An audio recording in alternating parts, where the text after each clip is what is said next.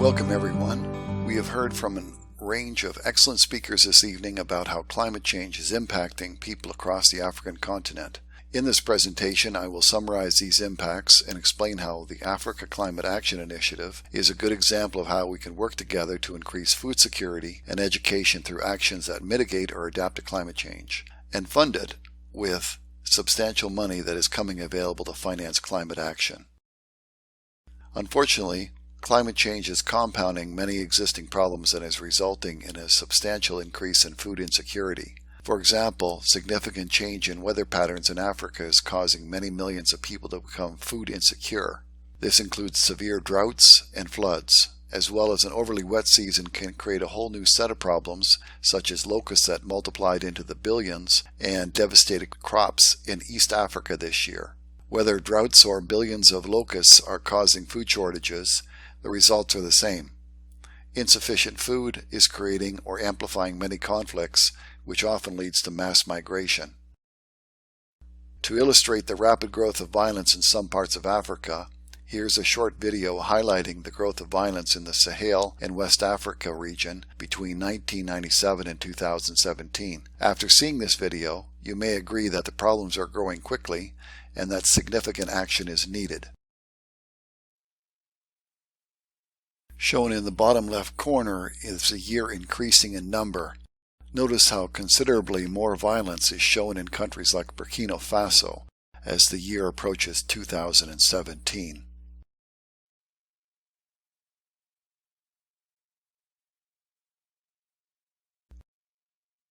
Fortunately, there is an opportunity to fund substantial action with funding designated for climate action. Therefore, we recommend some of this funding be strategically utilized to increase food security, education, and job creation. For example, hundreds of billions of dollars are now flowing into climate action. At the same time, rapid innovation is reducing the costs of implementing technologies to facilitate food security, such as solar-powered irrigation. As well as there's a substantial growth in free educational information and low-cost digital devices to support education.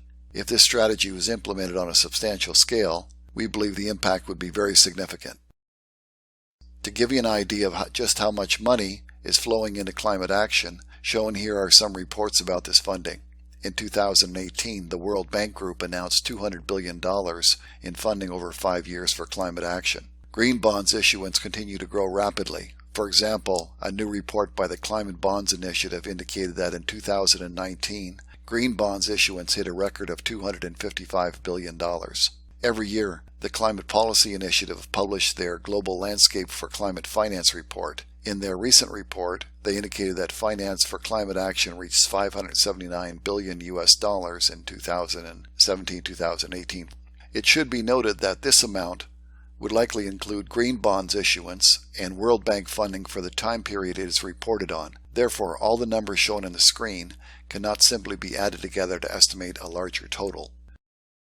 To encourage investors, including the very wealthy, to invest in climate solutions, there is a growing range of financial incentives becoming available. You can view information about these incentives on a number of online platforms, including the Climate Finance Explorer by NDC Partnership, the Financial Navigator by the International Renewable Energy Agency, also known as ARENA, and finally a grants directory of projects in developing countries called the Terra Viva Grants Directory. Fortunately, rapid innovation is reducing the cost of technologies to increase food security, such as solar-powered irrigation. Shown here is a schematic illustrating this type of irrigation by Rainmaker Enterprises. In addition, there is a substantial growth of free educational information and low-cost digital services to support education. For example, last year, one NGO called 1 Billion was awarded a $5 million prize for developing an open-source, scalable software that empowers children to teach themselves basic reading, writing, and arithmetic within 15 months.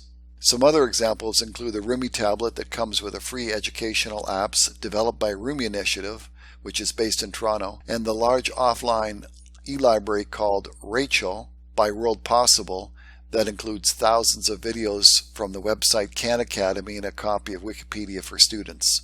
The Rachel e-library is available in multiple languages. One area that is often overlooked when speaking about climate action is education. Educating girls is one of the most effective but overlooked ways to help mitigate and adapt to climate change. Promoting girls' education and reproductive rights has a huge impact on lowering fertility rates. For example, research has shown that a woman with 12 years of schooling has almost 4 to 5 less children than a woman with no years of schooling. In addition, girls' education participate in leadership in climate action improves societal resilience. For example, for every year of schooling that girls receive in a country, on average their respective country's resilience to climate disasters can be expected to improve by 3.2 points on the Global Adaptation Index. As well, education helps develop life skills for a green economy, nonviolent conflict resolution, increased food production, and job creation. If this education is implemented on a very substantial scale, we expect it will result in increased stability and human security. The impact of substantial climate action to prevent and/or mitigate conflicts can be significantly increased through international cooperation. This can make much better use of available funding, innovative technologies, and free education resources. International collaboration can be done through many ways.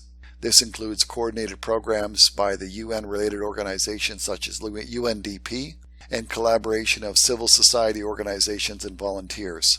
As well, collaboration with impact investment funds, including the ones who are members of the Canadian Forum for Impact Investment and Development, or otherwise known as CAFID.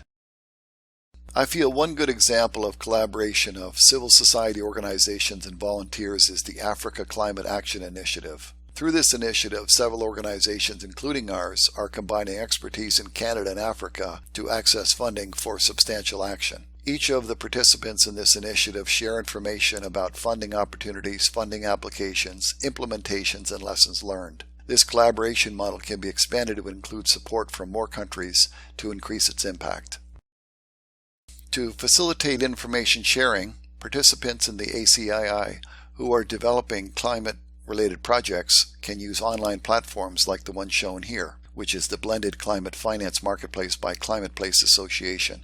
Platforms like these facilitate the initial connection between a project developer and an investor. Then the organization hosting this platform also provides a range of complementary services for a project developer to move his or her respective project forward. It takes considerable time and effort to obtain funding for larger projects. To illustrate this, here is a story that is still underway about seeking this funding. Last year, we submitted a concept note to Global Affairs Canada, or GAC, for a project in Ghana that was estimated to cost about $2 million. It was entitled Empowering Women with Smart Irrigation, Information, and Enterprise Support. Unfortunately, our submission was not selected by GAC for funding. When GAC announces their next call for similar types of concept notes, we plan to enhance our concept note and submit it again. In addition, we plan to customize and submit it to other funding organizations when possible. To expand the range of funding options, we will also explore blended finance opportunities where grant funding is combined with private sector investment and/or bank loans. As illustrated by this example, obtaining funding for larger projects requires considerable persistence and patience. In this case, more work is needed before we are successful. Therefore, we welcome the assistance of interested individuals who have proposal writing skills to help us complete the work that is needed. In conclusion, climate change is causing food insecurity for many millions of people in Africa. Fortunately, there is an opportunity to increase food security and community resilience. For example, there are hundreds of billions of dollars available for climate action, and it is possible to strategically utilize some of this money to fund projects to increase food security, such as solar-powered irrigation, and fund education, especially for girls, to help communities become more resilient to climate change. One good example of collaboration of civil society organizations and volunteers is the Africa Climate Action Initiative, which we discussed today. Through this initiative, several organizations, including ours, are combining expertise in Canada and Africa to access funding for substantial action. We recommend this collaboration model be scaled up substantially to help Africa rise to the challenge on climate change. Thank you for your time. As shown on this slide, to view this presentation again and/or related information, you can visit climatesan.org/IFS. Thank you.